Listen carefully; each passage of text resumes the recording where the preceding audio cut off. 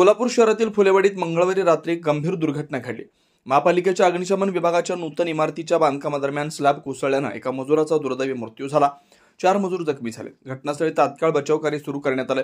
Rescue operation अद्याप सुरू आहे। मिळालेल्या माहितीनुसार 30 सप्टेंबर रोजी रात्री 9:30च्या सुमारास फुलेवाडी येथील फायर स्टेशनच्या नव्या इमारतीचा स्लॅब टाकण्याचे काम सुरू होतं। याच वेळी अचानक स्लॅब कोसळून 6 मजूर ढिगाऱ्याखाली अडकले।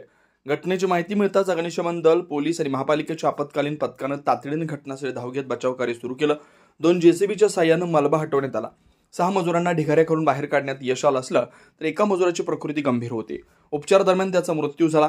4 जखमी मजुरांना उपचारासाठी रुग्णालयात दाखल करण्यात आले।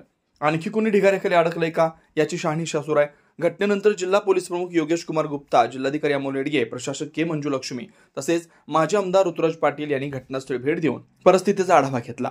क्राउड मॅनेजमेंटसह ट्रॅफिक ड्रायव्हर्जनची योग्य ती व्यवस्था करण्यात आली।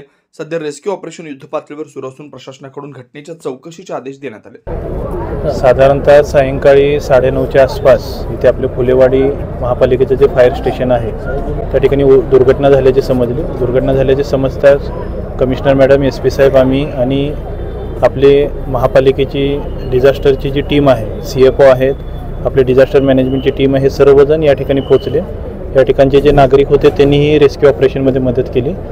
एकूण जे काही 7 लोक या ठिकाणी होते, जे कॉन्ट्रॅक्टरने जी माहिती सांगितली, ते 7 लोक सर्वांना रेस्क्यू करण्यात आलं। एक अर्ध्या तासाच्या आतच सर्व लोकांना रेस्क्यू करण्यात आलं आणि त्यानंतर मागच्या 1 तासापासून अजून कुणी असू शकतं का अशी शंका होती। त्यासाठी हे सर्व मॅन्युअली सर्व मलदा आणि सर्व जे मटेरियल आहे ते काढण्यात आलं। आता या ठिकाणी कोणीही नाही, जेवढे होते ते सर्वजण रेस्क्यू झालेले आहेत आणि जे 7 लोक जे होते त्यामधील 3 लोक बाहेरच होते।